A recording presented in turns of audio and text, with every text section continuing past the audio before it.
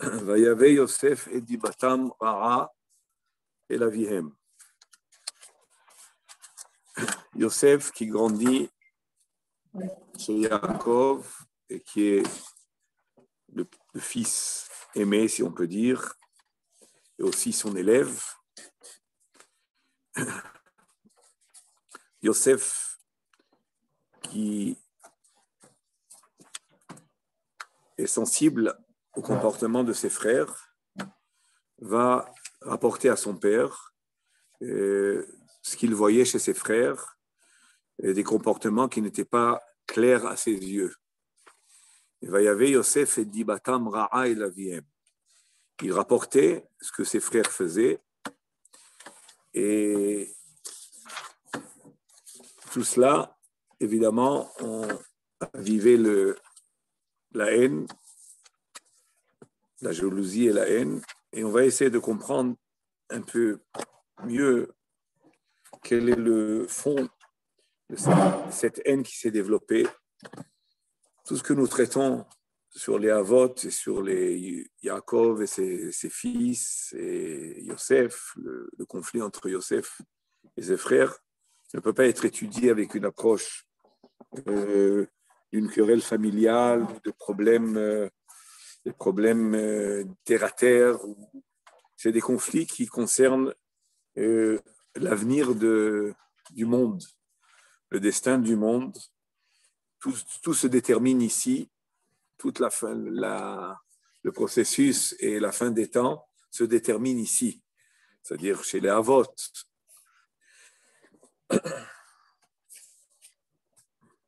Tout ce qu'on dit, nous, Chazal, Siman, Maaseh Avot, Siman Nebanim, c'est pas dans le sens où on a des petites allusions, des révélations de ce qui va se passer plus tard. C'est pas dans ce sens-là. C'est réellement, comme on l'a dit plusieurs fois, poser, installer la structure de l'histoire. Et dans le sens, pas simplement historique des choses, mais dans le sens de la direction vers l'apogée, vers la perfection du monde, dans ce sens-là. Et chaque chose qu'on lit dans les parachiotes et qu'on lit bichlal, dans le Tanakh, dans la Bible, tout est très, très déterminant et tout contient en lui des dimensions profondes qu'on essaye un petit peu de gratter. C'est ce qu'on fait. Et on est loin d'arriver au fond du sens des choses qu'il y a. Même quand on assiste, quand on lit, ils sont relatés dans le Tanakh, des histoires complètement qui nous paraissent illogiques ou même immorales. Hein. Et tout cela, on contient des intentions, des pensées, des projets. Toutes les réactions ne sont pas des réactions naturelles, humaines. Tout est dans la prise de conscience des desseins divins. C'est pour ça que c'est compliqué. Et surtout quand on parle de Yosef et ses frères, on a du mal à le lire des fois. Alors on va essayer de défricher un petit peu. Il y avait Yosef et Dibatam Ra'a el Avihem. Yesh litmoa tzadik kabir kaze. On peut s'étonner comment un tzadik comme Yosef, aussi grand, Yecheta belashon hara chazé shalom. Comment Yosef va faire du lashon hara?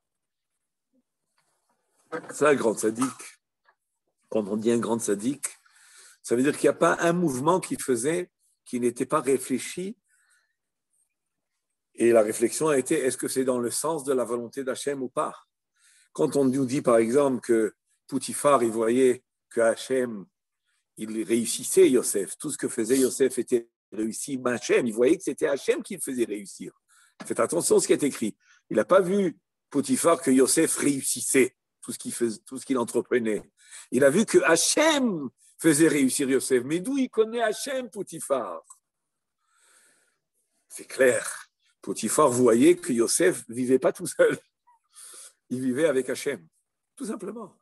On voit quelqu'un qui vit avec Hachem. Comme les Bnei ils ont dit à Abraham, une phrase que j'aime tellement, que nous aimons tous. Nessi Elohim ata betochen, tu es le prince d'Hachem. Comment il sait? Il savait qu'il était prêt. Et il voyait un homme qui, tout ce qu'il fait dans sa vie, tout était mesuré, tout était réfléchi, tout était dans des intentions. C'était un homme, le mot noble, il est petit.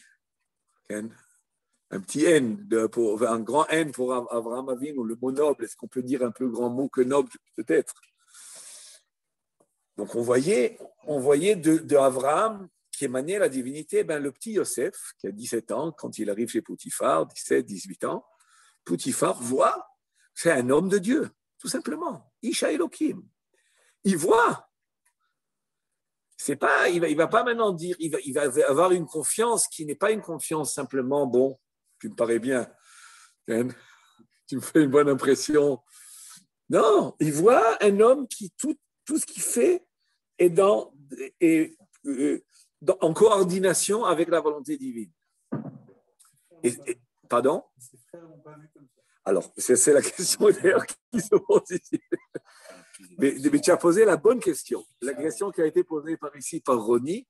Alors, avec tout ce que je viens de dire, Ken, avec enthousiasme, on a l'impression que Potiphar, il a vu chez Yosef des choses que ses frères n'ont pas vues chez lui.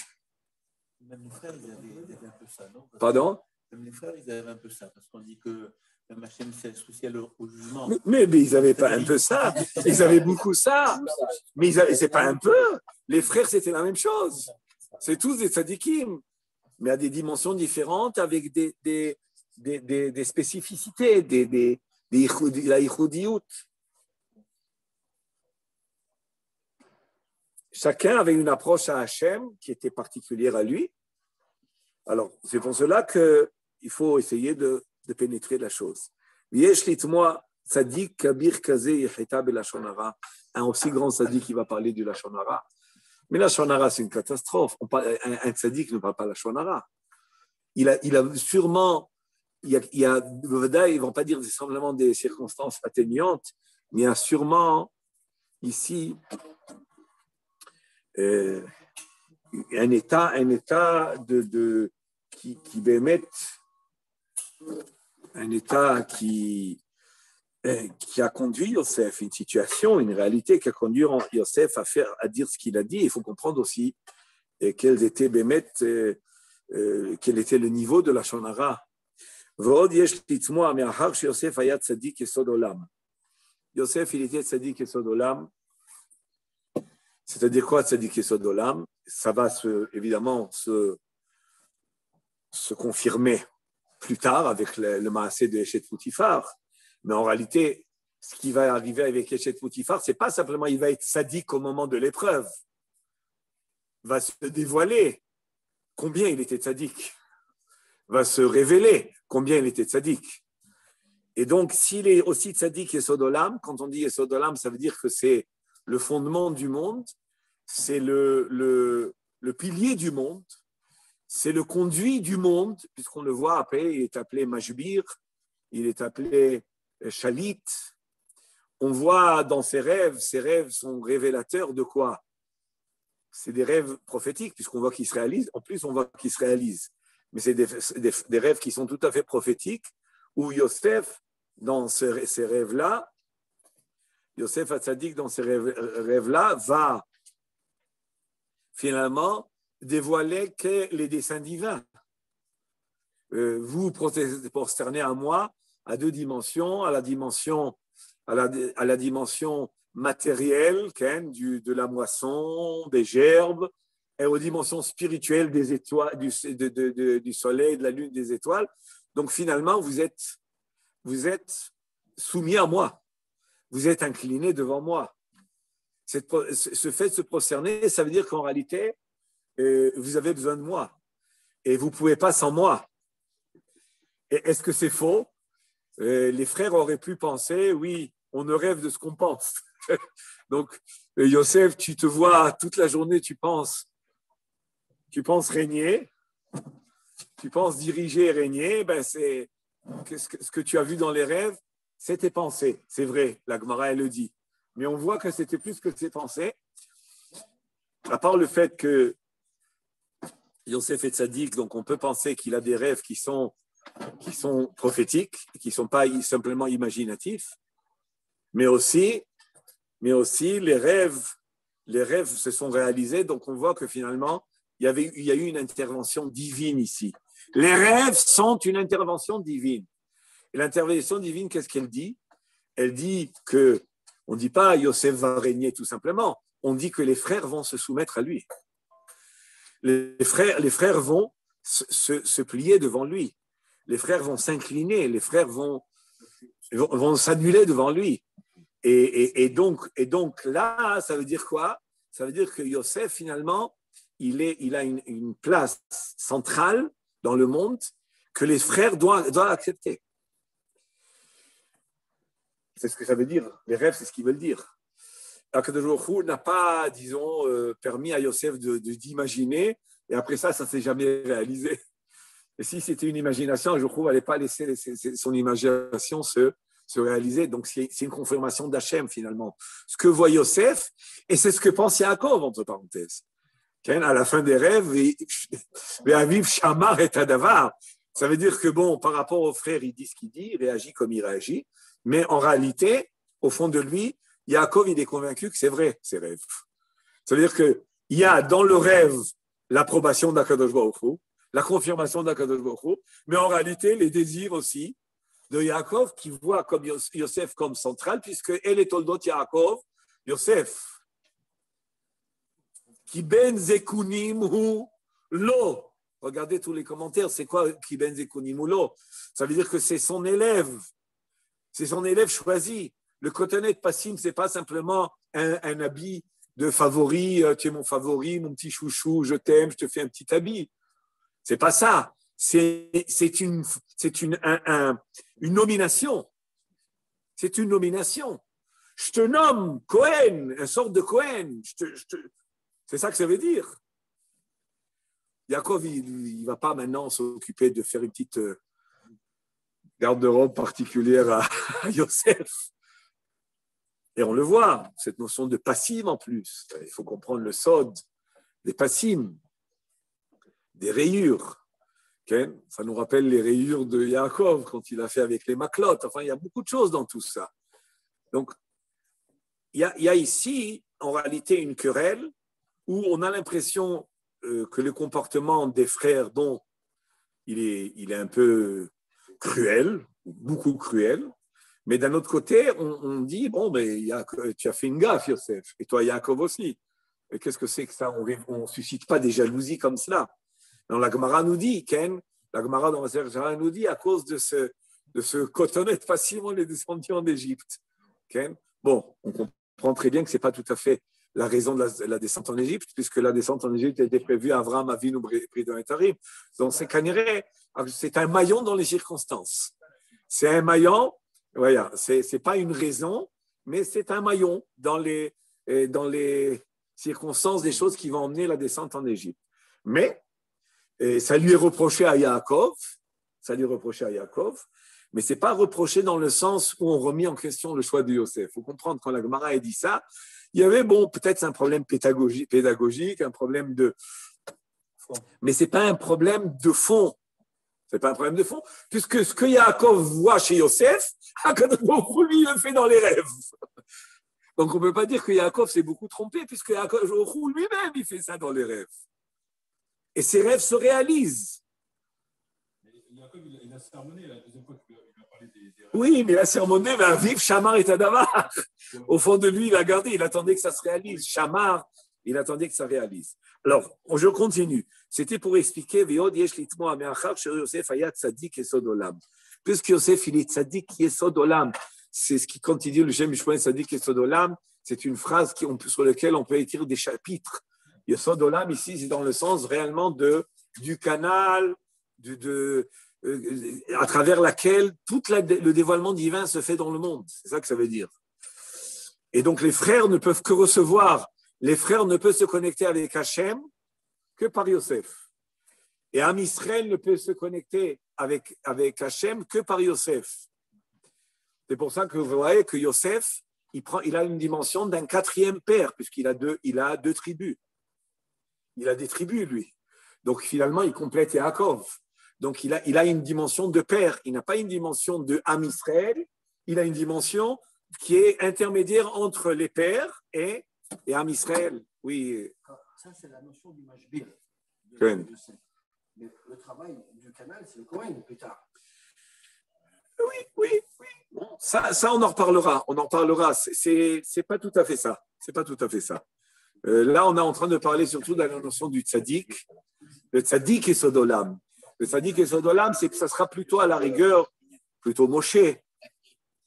Mais on continue. Birchutrem.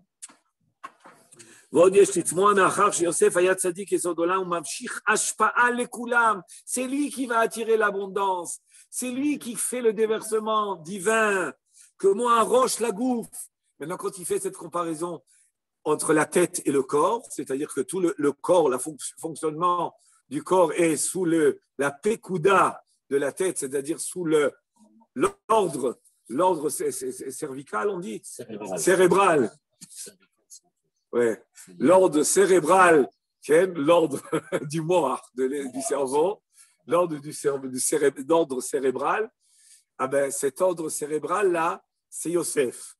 Et c'est écrit, c'est un midrash. Là, ce n'est pas une invention ce qu'il dit. Dans le midrash, il y a écrit Tavota, sur le passage qui est écrit dans Parashat Zot Abracha, et un peu aussi, c'est écrit dans Vayechi. Tavota le rosh Yosef, Ulkotkod Nezir Ehav. Il est comparé à la tête. Le midrash explique, c'est un peu dans le drash, pas tout à fait dans le pshat, que Yosef, c'est la tête. Et il a dit à ses frères, le midrash dit, il a dit à ses frères, vous savez, moi je suis la tête et vous êtes les membres. Il aurait même dit. Alors, bon, ce midrash-là, vous pourrez le consulter, ou dans Parashat Vezot Abracha, ou dans Parashat Vayechi, et il aura dit que moi, Roche la gouffe. Echitachen, maintenant, il pose la question inverse. Si en réalité, Yosef, c'est la tête, et que eux, ils sentent qu'ils ont besoin de l'ordre cérébral de la tête, ils ne peuvent pas maintenant, les bras et les pieds ne peuvent pas revendiquer et dire à la tête, écoute, ce n'est pas toi qui vas diriger. Ils sont conscients qu'ils sont dépendants de la tête. Et donc, s'ils sont dépendants de la tête, la question se pose maintenant sur les frères de Yosef, comment ils sont arrivés à le haïr autant? Puisque en réalité, dans le fond d'eux, ils comprennent jusqu'à combien ils sont dépendants de lui. Vous me direz, d'accord, mais peut-être à ce niveau-là, ils n'étaient pas encore conscients de cela. Ça va se dévoiler plus tard. Non, le Shem Mishpah va nous expliquer que ce n'est pas tout à fait comme ça. Alors, on continue. Donc, il y a deux questions. Comment Yosef, il parle du Lashon Hara alors qu'il est tzaddik et sodolam? Et s'il est tzaddik et sodolam et qu'ils sont tellement dépendants de lui, parce que sans lui, ils n'ont pas de vie, ni matérielle, ni spirituelle, comment ils ont pu le haïr? Voilà. Ça, c'est les deux questions qui se posent. Le corps ne peut pas haïr la tête.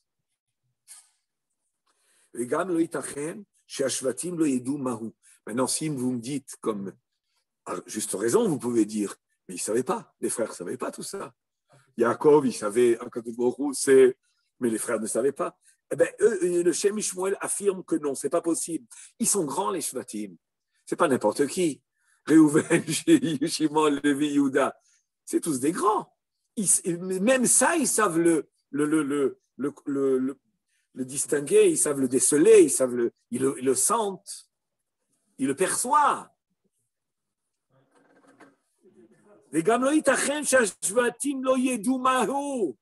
Les Shvatim, c'est pas possible que les Shvatim, les frères, ne savaient pas qui il était. C'est pas possible de dire une chose pareille. On dit bah où aussi. On ne peut pas dire qu'on dire un principe, c'est qu'on ne supporte pas en général celui dont nous dépend.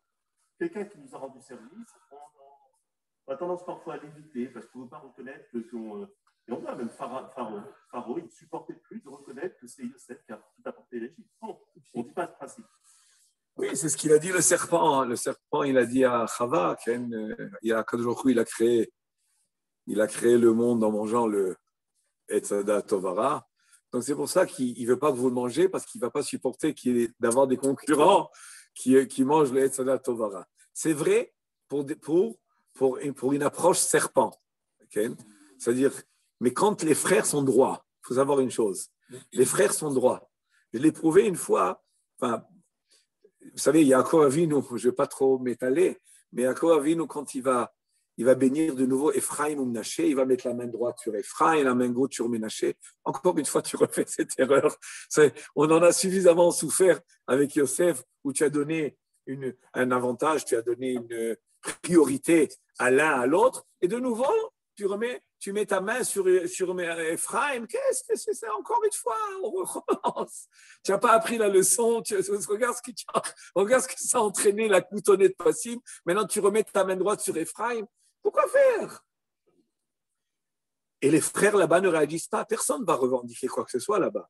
Le problème des frères, ce n'est pas que Yosef soit central. Le problème des frères, c'est qu'ils ne croient pas suffisamment. Il n'a pas. Si les frères étaient persuadés de la grandeur de Yosef jusqu'au bout, eh ben, ils n'auraient jamais refusé. Ils n'ont pas une jalousie négative. C'est une jalousie qui, en réalité, comme un autre Shem Ishmael va le dire, c'est qu'il y a un comportement qui laisse penser qu'il y a du Esav chez lui. Il y a un Shem Ishmael que parle, mais je pense qu'on l'a déjà fait, je n'ai pas voulu le reprendre. Il y a un comportement, il y a un doute que de la même manière qu'Abraham, il a eu Ishmael et qu'Israël, il a eu Esav, et c'est le Harizal, il le dit, mais forage, dans l'Écouté Torah, ça. Le Harizal, il le dit, mais forage, qu'a priori, il y a toujours des écorces. Alors, est-ce qu'Yaakov, il aura une écorce ou pas? Le comportement de Yosef laisse penser qu'il y a peut-être une écorce quelque part.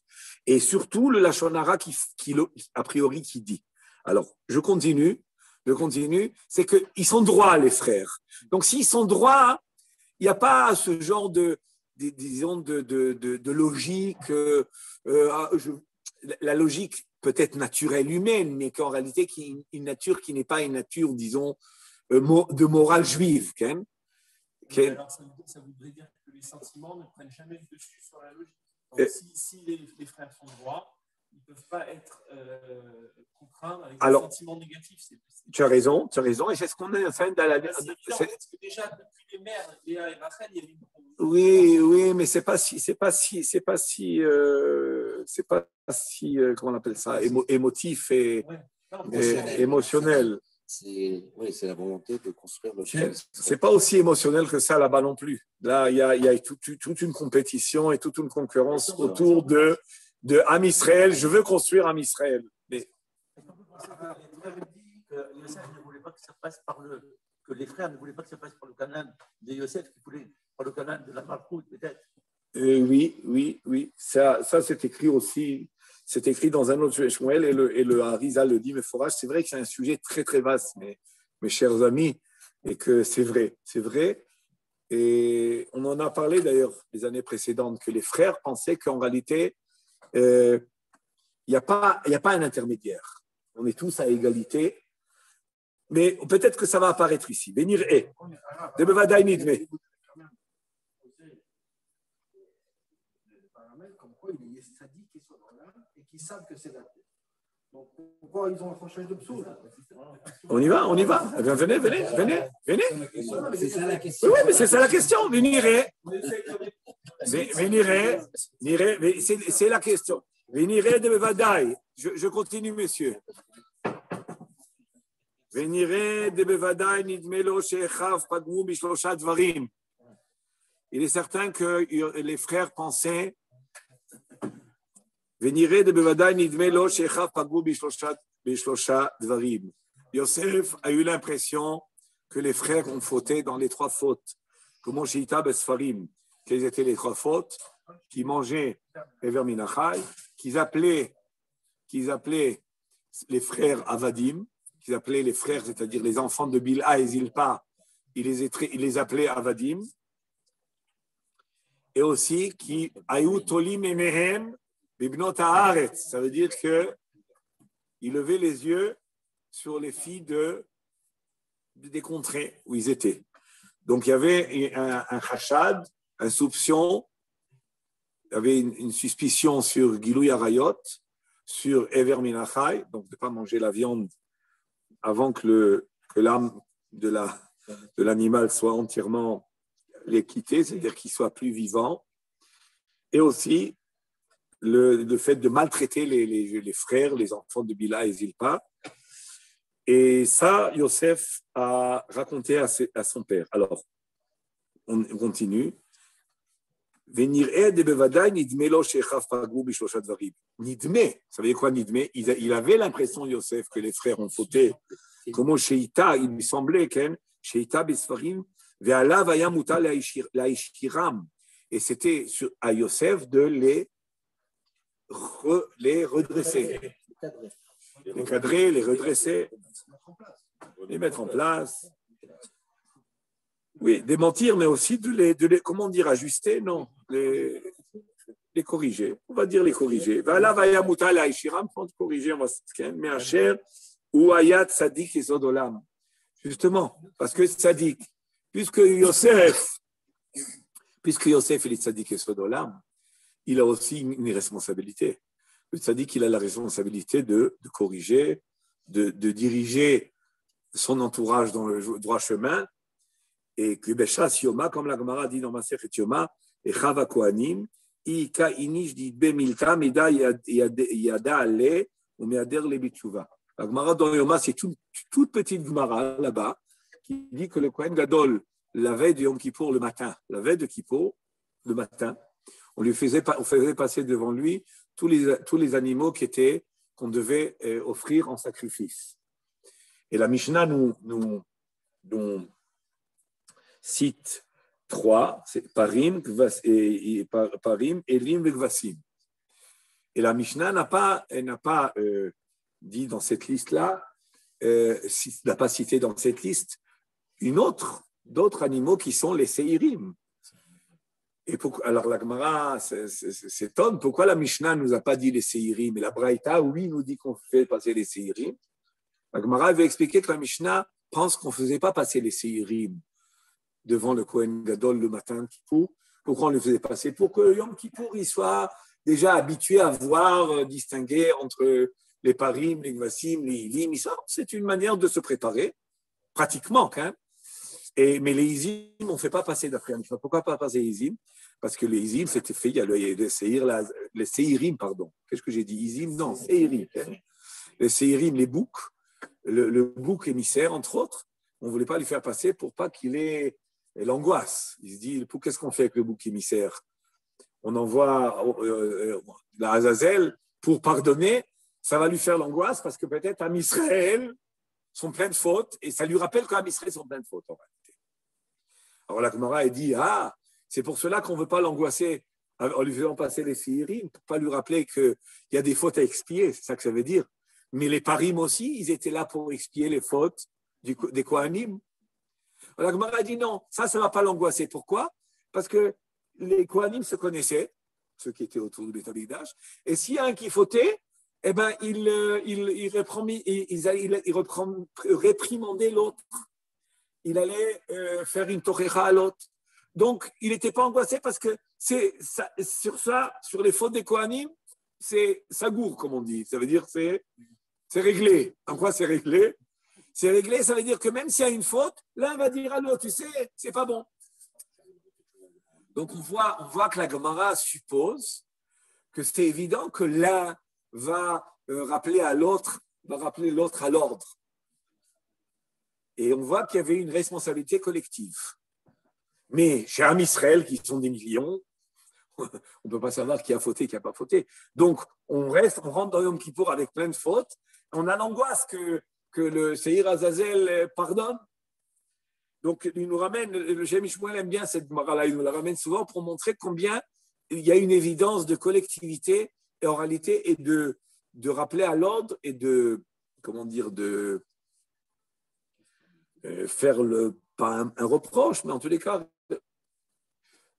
corriger quelqu'un, l'aider à se mettre en place. Et c'est quelque chose qui paraît dans la Gemara comme normal. Aujourd'hui, les gens ils sont très très sensibles, peut-être l'homme a toujours été sensible. Si on te fait une réflexion, la personne elle est complètement désemparée. Mais on voit dans la Gemara que chez les Kohanim, non, voilà, j'ai vu chez toi, fais attention. Et c'est pour ça qu'il ramène cette Gemara pour nous dire que si Yosef était tzaddik et Sodolam, c'est certain que s'il avait vu quelque chose chez ses frères, il devait les rappeler à l'ordre.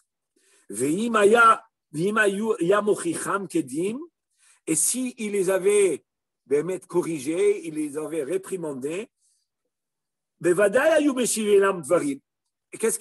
comment ils auraient réagi, les frères?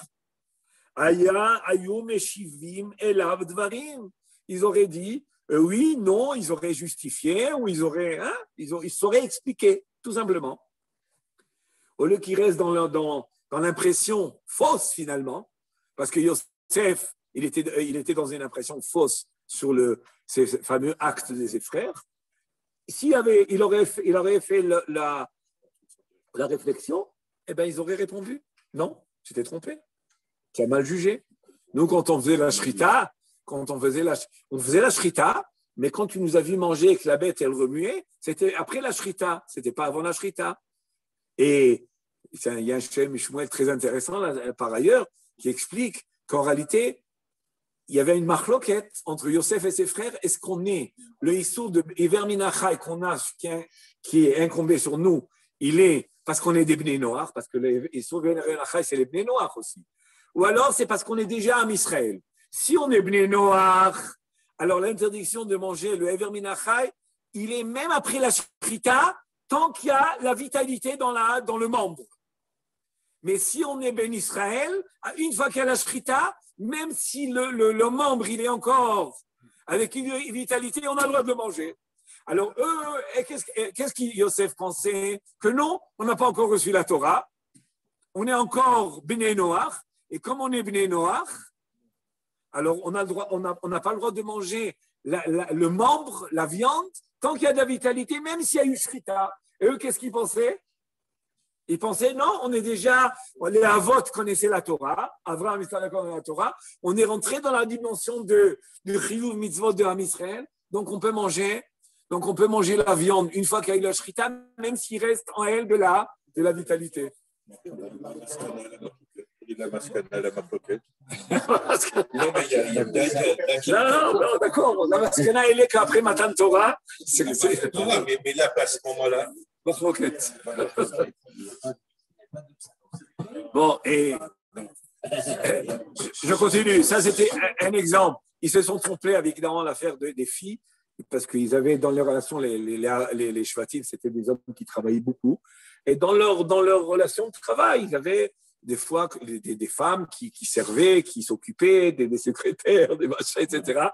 Et Yosef, qui était tellement sadique, c'était louche pour lui. Donc, il voyait ça comme si que pour lui, c'était déjà dans Harayot. Vous savez que dans Harayot, des fois, même s'il y a eu les actions, même de Harayot, n'ont pas été vues, mais il suffit de voir certaines choses pour être considéré comme égalé Harayot. Bon.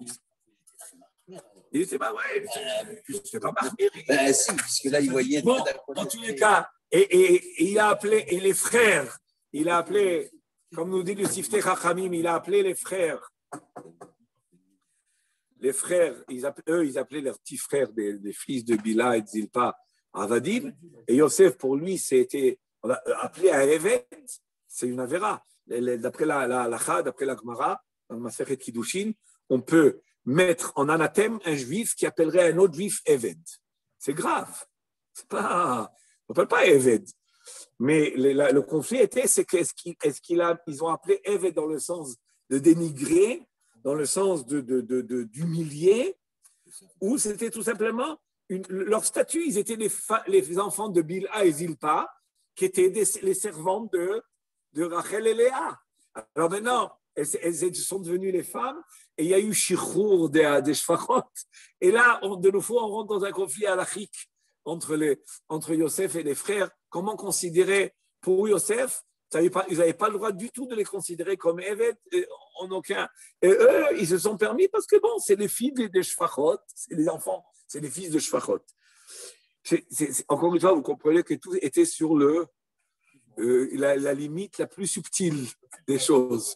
Hein, sur le fil du rasoir. Voilà. Vous êtes arrivé au rasoir. La Gemara dans Ktubot, elle parle sur le tranchant d'un couteau. Et vous parlez du fil du rasoir. Très bien. Ciao.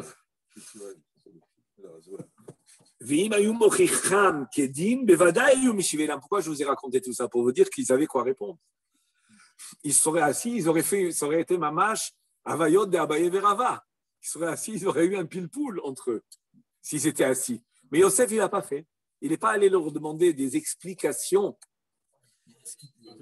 On y arrive. Il était plus jeune, On y à part Binyamin. Donc, Rabbi Chaim, regarde, כדין בוודאי היו משיבים אליו דברים להראותו שטעה, כי בוודאי היו מקיימים והייתם נקיים. בוודאי que s'il leur avait reproché, eux, ils seraient justifiés.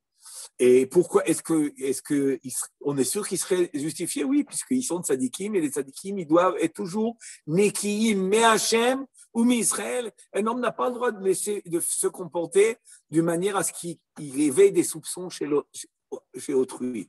C'est très important, ça. Et c'est pas comme certains disent, qui pensent qu'il veut, moi je sais ce que je fais. C'est pas vrai. C'est pas vrai ça dans la Torah. Dans la Gemara, on le voit chez Hana aussi. Quand Élie, il a pensé qu'elle était Shikora, eh bien, elle a justifié. Elle avait que lui dire, pense ce que tu veux, moi je sais ce que je suis. Non, et c'est justifié. On voit, et la Gemara, elle dit, Mikan, qu'un homme qui est soupçonné de quelque chose, c'est bien de s'expliquer. Et pas aujourd'hui, j'entends la mentalité qui pense qu'il veut, moi je sais. C'est pas vrai. Khachad, il faut allumer sur les deux portes du Khatser. Bon, je ne vais pas dire qu'un homme doit toujours se justifier dans tout, dans n'importe quoi, mais si il sait qu'il a un comportement qui prête à confusion et qui peut réveiller une suspicion ou un soupçon, lui, il doit enlever cela. Et même au Beth Amikdash, quand ils apportaient les shkalim, etc., quand il y avait au Beth Amikdash, un homme, quand on rentrait à l'intérieur, on sortait, on devait de manière à... On ne le sentait même pas avec les tefilines, il ne rentrait pas, de peur que les gens peuvent penser qu'il a mis de l'argent dans les... Il a ouvert les tefilines. Okay. Il a retoché qui ils sont tellement tzadikim qui vont bien sûr accomplir le passouk vitem nekiim Hachem Israël. Hein? Il dit que ça serait resté quand même une marloquette. S'ils avaient discuté entre eux. Non, peut-être qu'ils auraient accepté. Non, lui, il aurait accepté. Non. Il aurait accepté la marloquette. Oui, il aurait accepté au moins qu'il y ait un autre avis. Chacun voit à sa manière. Mais quand on dialogue, on comprend qu'on peut réfléchir autrement. Maintenant, si c'était l'inverse, que lui, il aurait reproché et qu'il n'aurait pas à quoi se justifier, qu'est-ce qui serait passé? Eh bien, ils auraient accepté, ils auraient fait tchouva. Ils sont droits. Le problème, c'est que eux, ils sont comportés comme ils ont comporté. Et si Béhémet, ils pensaient qu'ils auraient entendu de Yosef que c'était un comportement qui n'était pas valable, qui n'était pas bon, eh bien, ils auraient fait tchouva.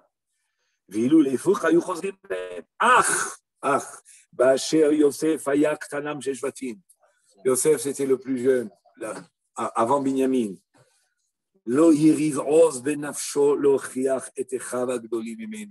Il n'a pas eu, je ne veux pas dire le courage, je ne pense pas que c'est le courage.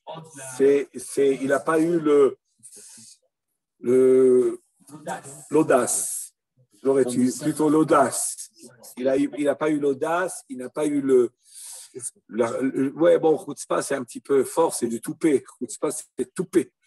Chutzpah, toupé. Mais je veux dire, c'est plus. Est-ce que c'est parce que c'est redit la même chose sur Issachar ou Zvouloun, quand ils ont décidé de se débarrasser de Yosef, d'une certaine manière. Issachar et Zvouloun ne se sont pas opposés contre Shimon et Lévi, leurs grands frères, alors qu'il y a quelques années seulement. Il y a deux ans. Oui, il semblerait que c'est. Je vais plus haut dans le sens. C'est pour ça que je n'ai pas voulu prendre le courage, c'est plutôt kavod. Bon, peut-être ça touche un petit peu le courage. J'aurais dit, ils n'ont pas eu le manque de respect. Lui, Yosef, n'a pas eu le manque de respect de le faire. L'ohirhiv rose, c'est de la détermination en réalité, plutôt. il n'était pas, il n'a pas pu être déterminé dans l'idée de réprimander ses frères. Et voilà, on a appris dans le Zohar. Ben, c'est ce qu'il a fait. C'est exactement ce qu'il a fait. C'est exactement ce qu'on est en train de dire.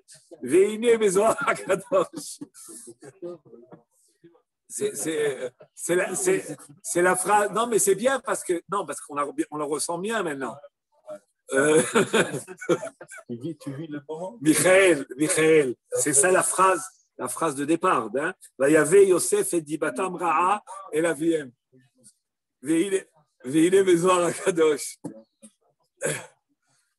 Il voulait aiguiser les esprits de Chaverim.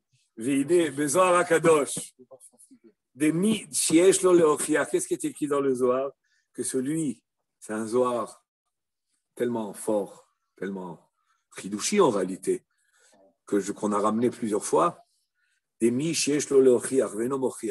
Là-bas, on parle de quoi? Du Metzora dans le Zohar, c'est nos parachas Metzora.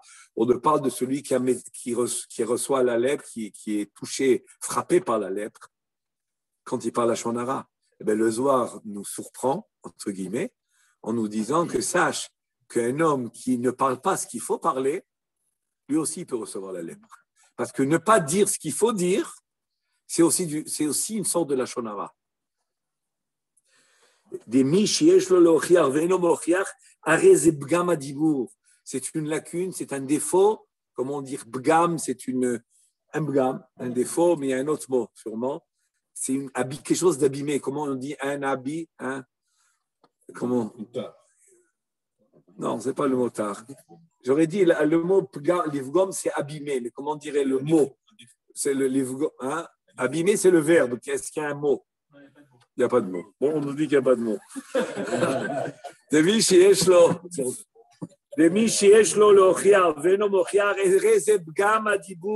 La parole est abîmée comme elle est abîmée par le Lashon Hara, elle est abîmée par ne pas dire Lashon Tov.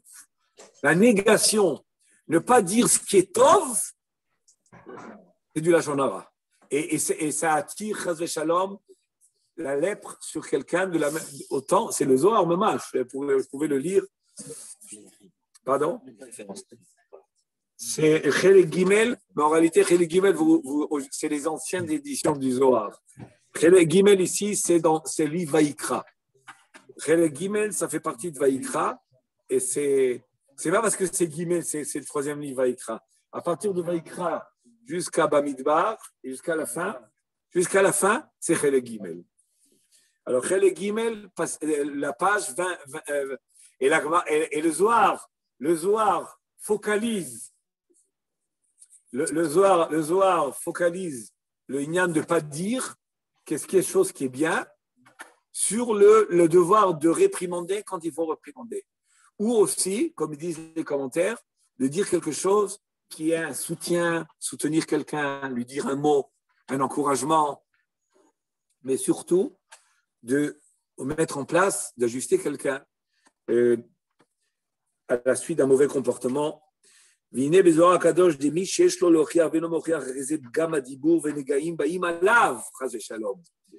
Comment à la Shonara ou Be'asher, Anvetanuto chez Yosef, comme on l'a dit, c'était un problème de respect. Yosef était modeste. Avec tout ça, Yosef était modeste. C'est la modestie qui a entraîné de ne pas parler là où il devait parler. Là, vous voyez les épreuves des Havot, messieurs. Oui, mais non, mais attendez, d'accord, mais c'est ce qu'on est en train de dire maintenant. Mais la modestie, quand un homme, la modestie, comme chez Moshe Rabbeinu, la modestie a entraîné qu'il n'a pas voulu aller en Égypte pour parler avec Paro. Alors là aussi, les gens modestes, ils sont réellement modestes. On ne parle pas maintenant des fausses modesties. On parle de quelqu'un qui est béhémet modeste. Et que Yosef, il est conscient que d'un côté, il doit réprimander, et il a le devoir, et c'est grave de ne pas le faire. D'un autre côté, il est béhémet modeste. Et la modestie emmène à ne pas vouloir manquer de respect à ses grands frères. C'est un grand dilemme et c'est une grande épreuve. C'est pas simple. Vous avez dit qu'il y a une marloquette dans tous les points qu'on a vus. Peut-être qu'il a demandé l'avis de Jacob, de son père. Non, bon, on va voir. On va voir. Mais c'est ce qu'il a fait. Il a demandé à son père. Il a raconté à son père. Mais on ne sait pas. On ne sait pas. Mais avant, maintenant que le père réagisse ou pas, déjà Yosef, le fait qu'il raconte à son père, c'est déjà un problème. Non, Yosef, il avait cette impression. Non, Yosef, ce n'est pas qu'il n'était pas sûr. Je n'ai pas dit qu'il n'est pas sûr. J'ai dit qu'il y a deux, comment on dit, deux aspects. Il y a deux faces. Il y a deux faces. Alors, Yosef, dans la face qu'il a, il pense que c'est comme ça et pas autrement. Il ne perçoit pas l'autre face ici. Par rapport à ce qu'il a vu et ce qu'il a ressenti, il ne voit pas l'autre face. Ou alors il a une position halachique qui n'admet pas une autre face. Bon, peut-être, mais ça. Alors je continue.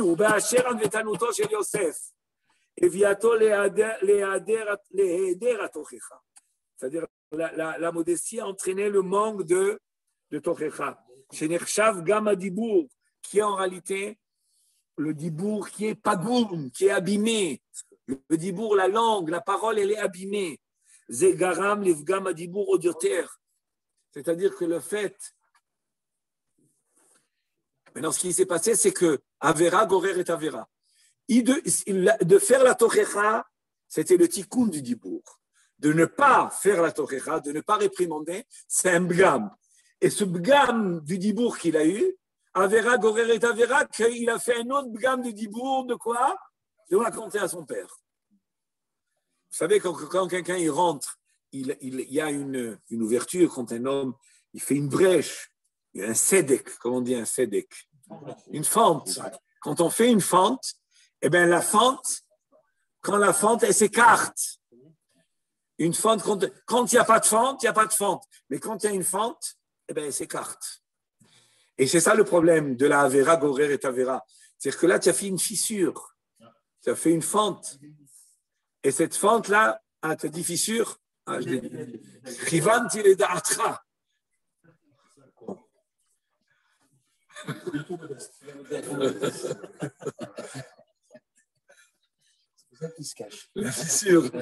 La fissure, cette fente-là, qui était de ne pas dire ce qu'il fallait dire, donc c'est un Gam Dibour. Il y a eu la fissure, elle s'est ouverte encore plus, et elle s'est élargie, et donc à cause de ça, il est arrivé à un Gam Dibour plus grand de raconter à son père. C'est Garam le Gam Dibour.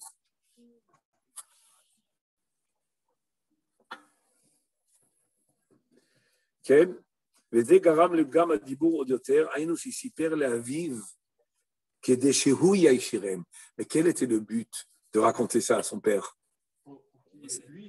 Pour que le père fasse le travail.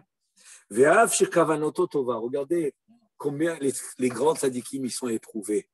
Ils sont éprouvés sur les finesses. Les finesses.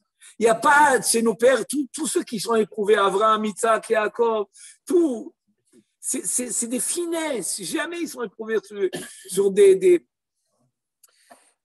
épreuves. Ils ont éprouvé des épreuves comme ça, grossières et des choses qui sont évidentes. C'est fin, c'est subtil. Et l'intention de Yosef, elle était tova. Comme Myriam, elle avait une bonne intention quand elle a parlé de Moshe. Elle a parlé à Aaron. Elle n'a pas parlé à tout le monde. Elle a parlé à Aaron. Et son intention, elle était... Est-ce qu'il y avait plus que Myriam qui aimait son frère Moshe? C'est elle qui l'a sauvé. Est-ce qu'il y avait une femme qui aimait Moshe plus que Myriam? Enfin,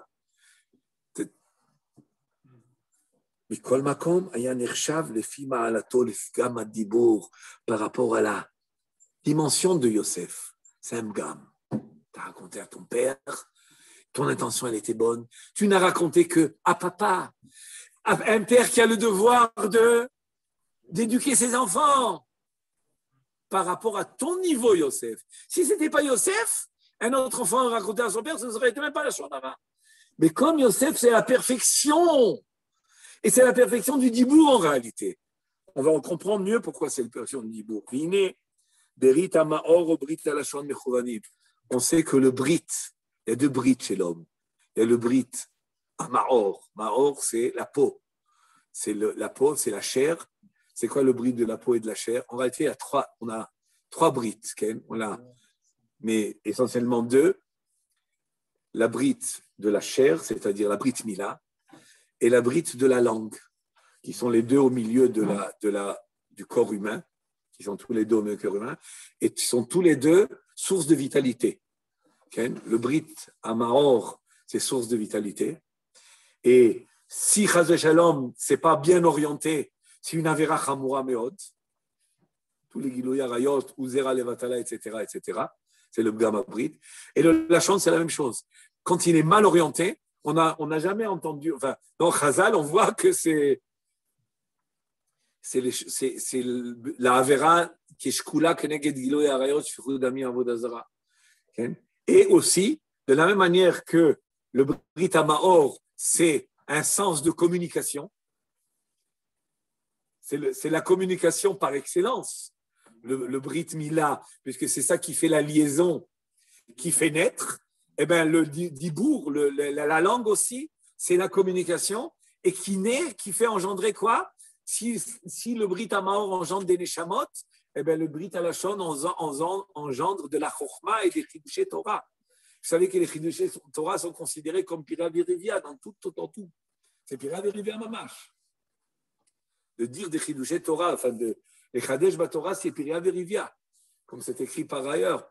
Donc il y a beaucoup de similitudes entre le Brit à Maor et le Brit à Lachon. Et des deux, il faut enlever la Orla. C'est pour ça que la notion de Orla, elle existe aussi sur la langue. Aral, c'est Vatayim. Alors, c'est de là qu'il faut les taken. Les Chachabim nous enseignent que non seulement ils sont toutes les deux, il y a une similitude entre les deux, une corrélation, mais il y a aussi une relation. À part la corrélation, il y a une relation entre les deux. Ça veut dire que si un homme n'est pas Shomer Brit, eh bien, ça va affecter le Lachon. Si un homme n'est pas Shomer le Lachon, ça va affecter le Brit. C'est-à-dire que les deux sont en liaison. Les deux sont l'un dépend de l'autre. Très bien, là tu anticipes. J'ai l'impression que tu anticipes. Iné, Brit Amaor ou Brit Alachon, Mechouvanim. Ve'alken. On continue, messieurs. Ve'alken nivgema midato, midat tzadik yesod olam shmirat abrit. Pourquoi la mida de Yaakov, de Yosef, elle a été abîmée? Puisqu'il a fait un bgam, dans le Lachon, en parlant, le fait qu'il n'a pas parlé ce qu'il fallait parler, ça a entraîné qu'il a parlé ce qu'il ne fallait pas parler. Tout ça, évidemment, sur la base de la modestie, ou à cause, entre guillemets, de la grande modestie. Et c'était les Shem Shamaï, mais à son niveau, c'est un bgam, à son niveau, c'est un défaut. C'est une lacune. Et du fait qu'il a eu une lacune au niveau du Brit à Lachon, puisque le Brit à Lachon est relié avec le Brit à Maor, donc ça a entraîné qu'il y a une remise en question du Brit à Maor. Et voilà, on y arrive. Du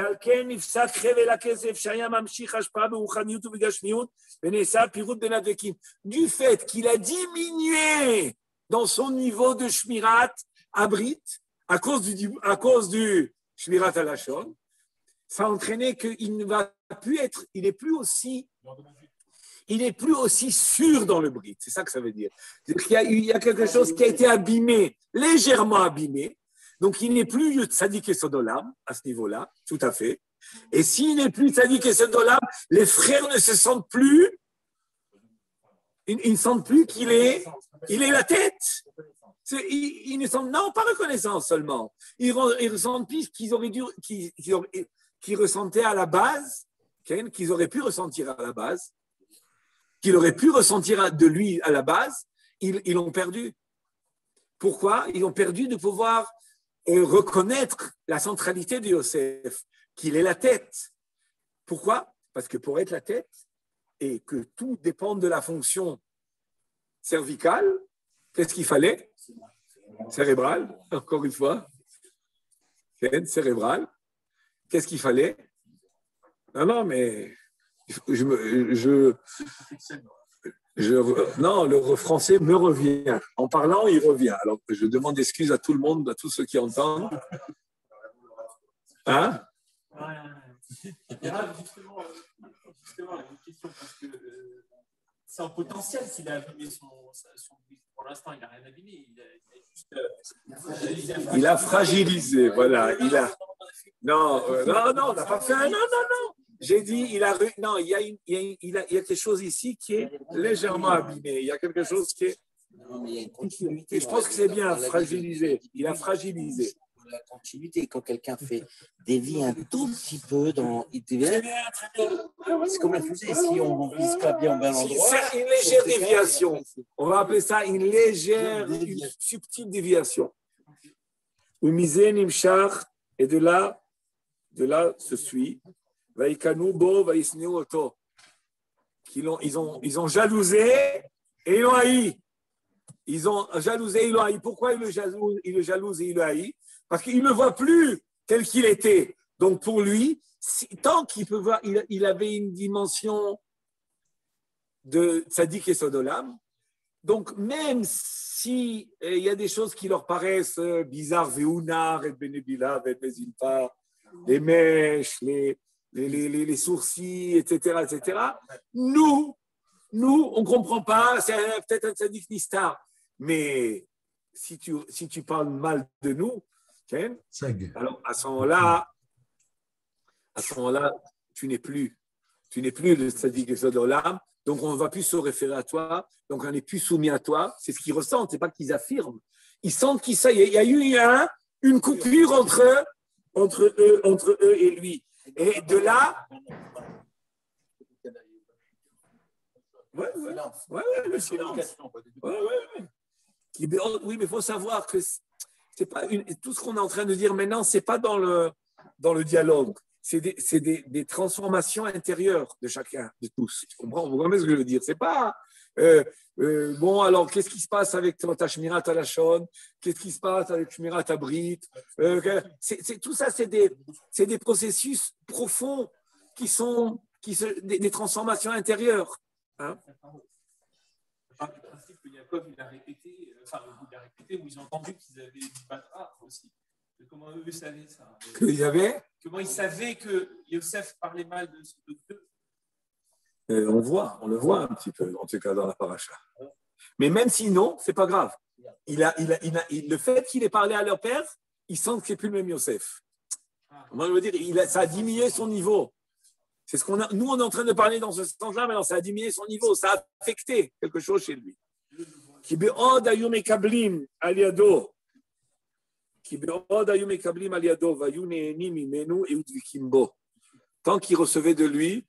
Tant qu'il recevait de lui, c'est-à-dire spirituellement parlant, il émanait la divinité de lui, il ressentait, ils étaient inclinés devant lui, au fond d'eux. C'est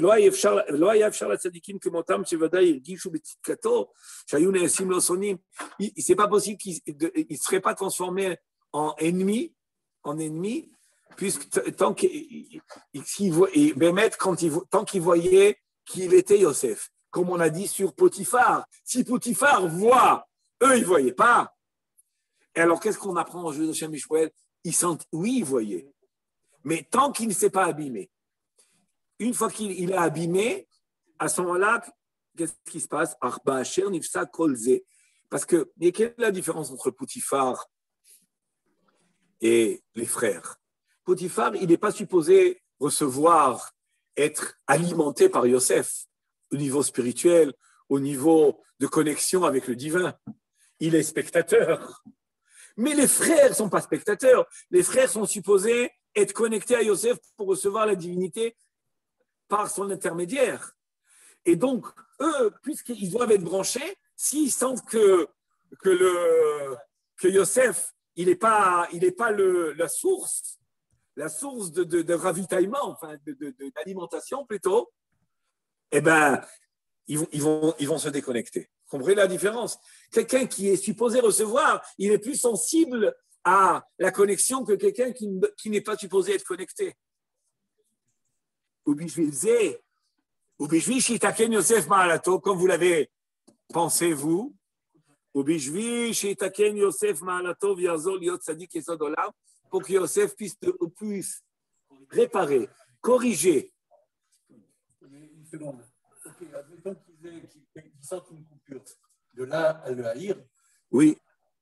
Oui, parce qu'eux, ils voyaient des choses mauvaises que Poutifar n'a pas vues, par exemple. Jusqu'à qu'il va voir quelque chose. Même Poutifar, à un certain moment, va...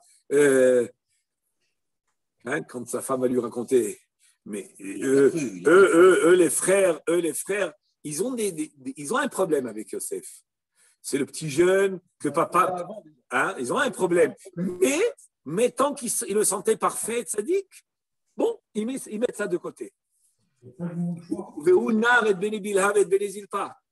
ובשביל שיתקן יוסף מעלתו ויחזור להיות צדיק יסוד עולם משפיע לכל כלל ישראל, pour que Yosef puisse redevenir le tzaddik yesod olam, à travers lequel traverse tout descend, tout le déversement divin. C'est par lui que tout passe, matériellement, spirituellement. Utzrach shuv le nisayon beshet Poutifar, pour corriger, va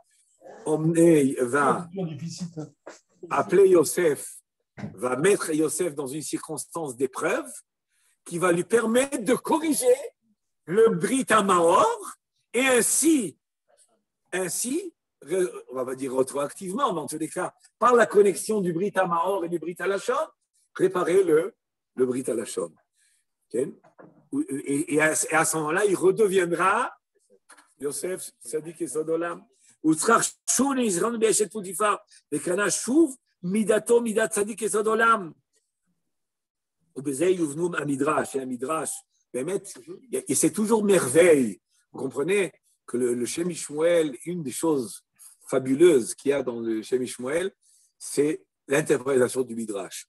Il y a évidemment des cheminements intéressants, chidushi, mais à la base, et où entre les lignes, au milieu du cheminement, il y a des midrashim qui confirment ce qu'on est en train de dire.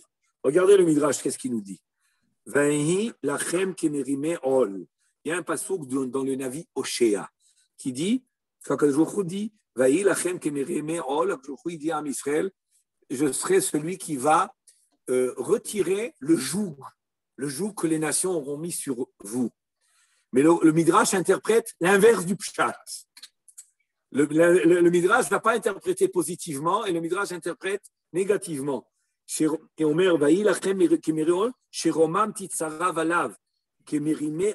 c'est j'ai soulevé sur vous le joug. Pas j'ai retiré. Vous savez, le mot la rime peut dire j'ai pas retiré de vous le joug. J'ai mis. Je lui envoie la carte, la photo de la carte.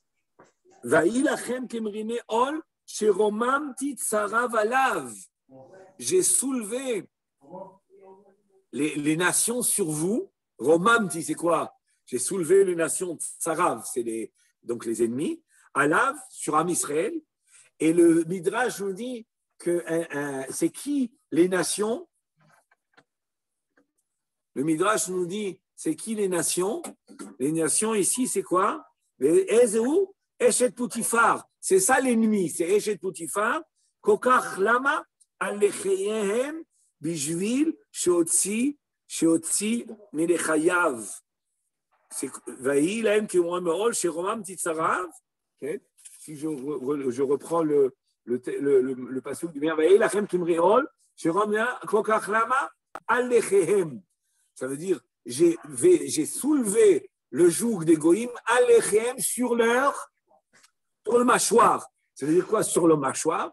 J'ai soulevé la femme de Poutifar sur quoi? Sur Yosef qui a utilisé ses mâchoires pour mal parler. Mais c'est un midrash, vraiment une trouvaille. Parce qu'il faut les lire, hein. Il y a plein de midrashim, il y en a plein. Il faut relever un midrash. Des fois, on passe le midrash, bon, on n'a pas remarqué. Et le midrash ici nous dit c'est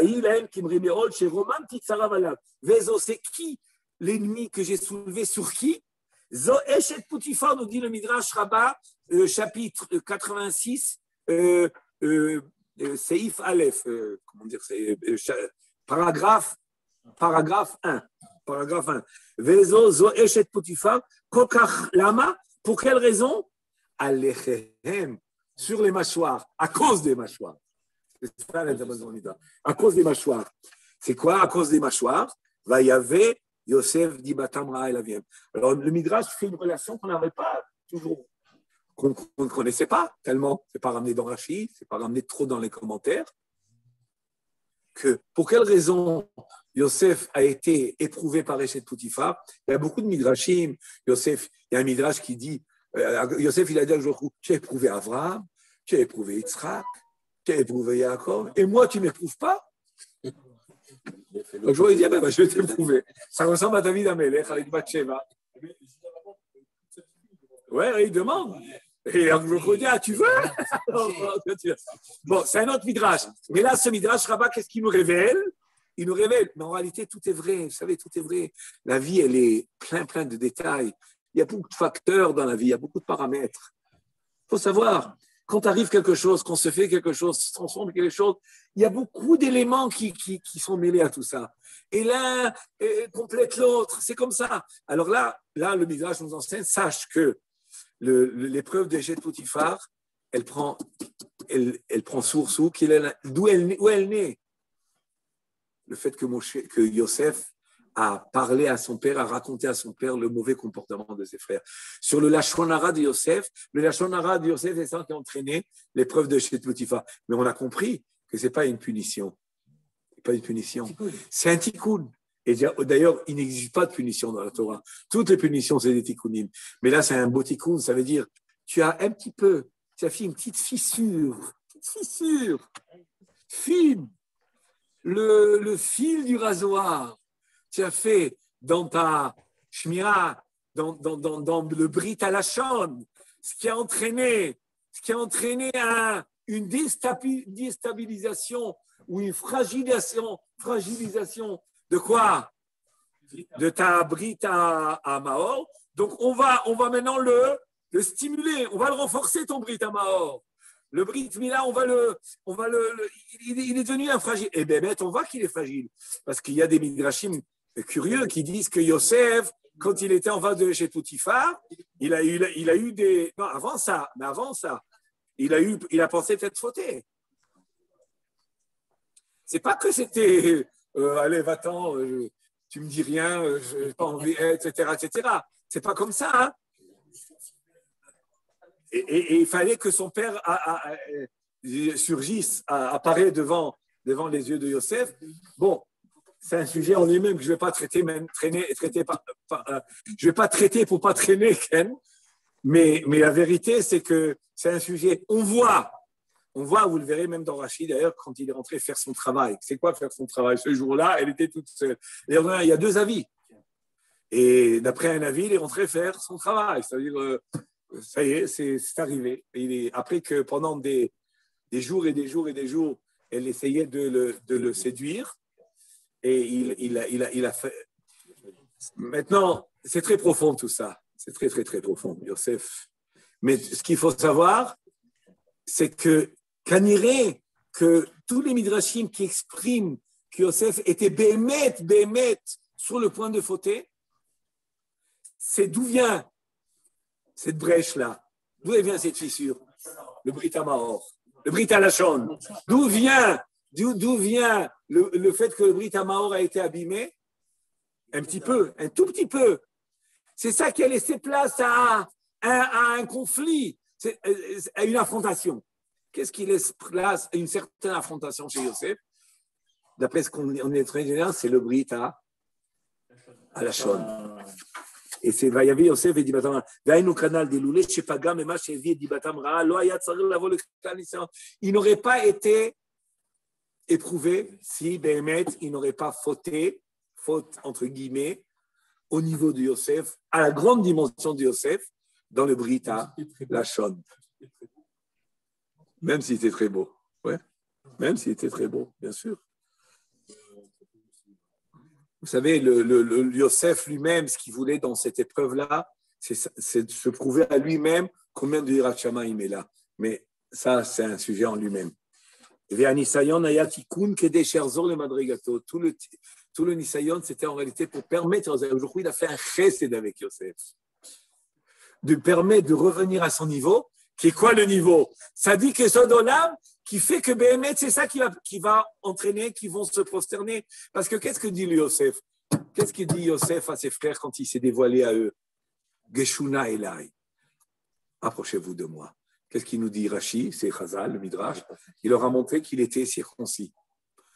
Il devait leur prouver qu'il était juif. C'est pas simplement. Le Zohar nous dit, il leur a voulu leur montrer, vous savez pourquoi je suis assis là et pourquoi je suis le conduit qui emmène la parnassa et qui emmène tout le chef et toute l'abondance? Vous savez pourquoi?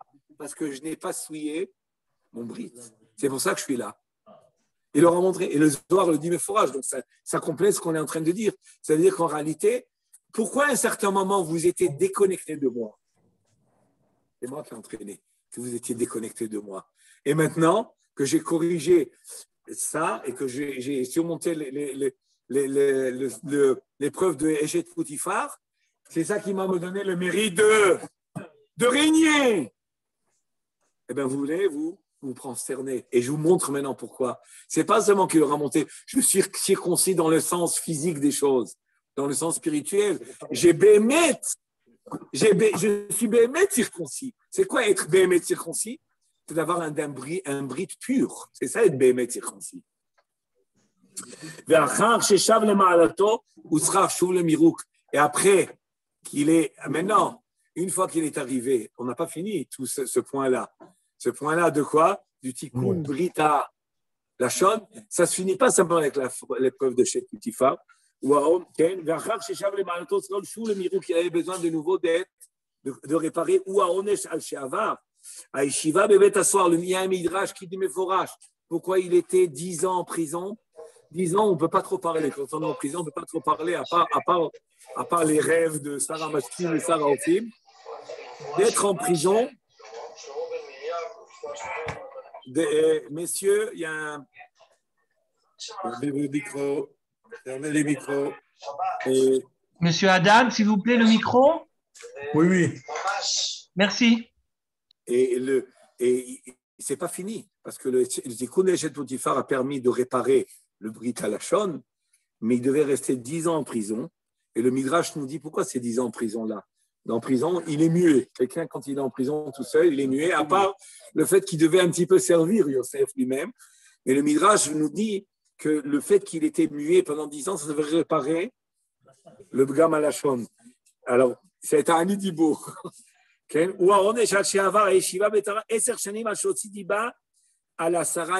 dire qu'il devait réparer le fait qu'il ait raconté à son père, mais comme il y avait 10 frères, il a parlé sur 10 frères, il fallait 10 années d'être muet.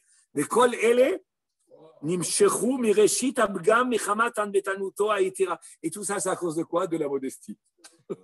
Qui était finalement, vous voyez quelle est l'épreuve ici, Rav Naftali? C'est une épreuve d'une modestie. Vous vous rendez compte? C'est pas qu'il avait un Gam Halashon. C'est un Gam Halashon qui a été engendré par quoi? Par une modestie qui n'a pas bien géré. Une modestie qui n'a pas été bien gérée.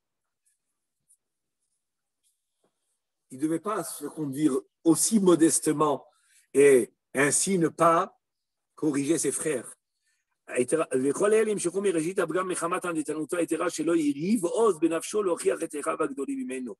pas eu le manque de respect, entre guillemets, de corriger. Vous, Ken Machambrou, c'est ce que nous dit la Gemara. Ça nous rappelle la Gemara dans Gittin, qui la Gemara nous dit que le deuxième Beth Amikdash, il a été détruit à cause de quoi? À cause de le deuxième, Zecharia. Non, c'est la Gemara qui dit Zecharia ben Avkulas, lui, qu'est-ce qu'il a dit à la suite de Kamsa et Bar Kamsa? Il y avait les deux invités, enfin les deux amis. Presque homonyme. Ouais, un qui était Kamsa était aimé, Bar Kamsa était haï, et il s'est trompé, ils ont invité Bar Kamsa, il est venu Bar Kamsa, etc. Ah ben, il a été Bar Kamsa, il a été tellement vexé et humilié qu'il a été rapporté chez les Romains. Les Romains ont voulu faire du mal à Israël et détruire le Beth Amikdash. Et on a été posé la question à Zecharia ben Avkula Spoulay. Et le Titus va apporter un korban, en tout cas l'empereur Ken va apporter un korban. On l'offre, Ken, parce que Bar Kamsa, qu'est-ce qu'il a fait sur ce korban? Il a fait un moum. Bon, je vous raconte pas toute l'histoire. Après ça, finalement, comment ça se finit? Ce que Zecharia ben Avkula, lui, la Gemara nous dit. Sa modestie, elle a entraîné le Khurban. La modestie de Zecharia a entraîné le roi. Quelle était sa modestie? Il a dit, moi, je me conduis, je ne veux pas maintenant faire trouver des permissions, d'offrir un Khurban qui a un mou, ou de tuer Bar Kamsa. Il y avait deux options, ou tuer Bar Kamsa, ou offrir un Khurban qui a un mou. Non, il est allé, Tmimout, intègrement. On n'a pas le droit d'offrir un korban lui un mot. Le tuer, on n'a pas le droit. Bon, peu importe les raisons. Donc c'est tout. Et évidemment, ça a entraîné la colère et ça a entraîné le Khurban Beit Hamikdash. Le Khurban Beit Hamikdash, c'est bien.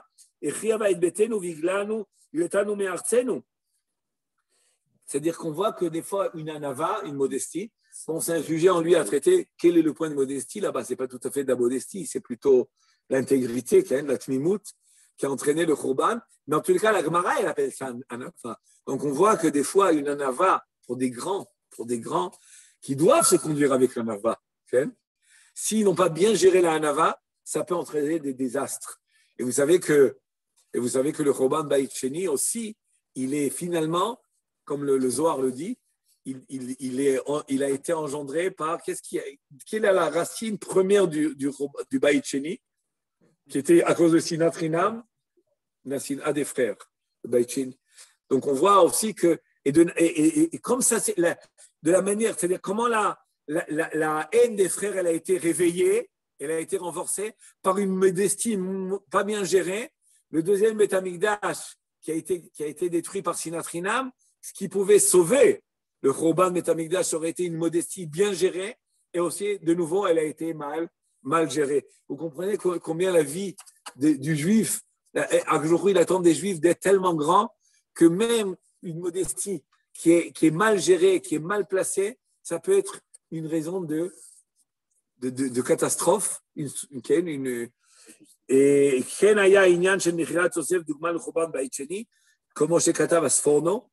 mais ça, c'est un point qu'on faudrait élucider à un autre moment. On en avait déjà parlé. Et je pense qu'on a appris quelque chose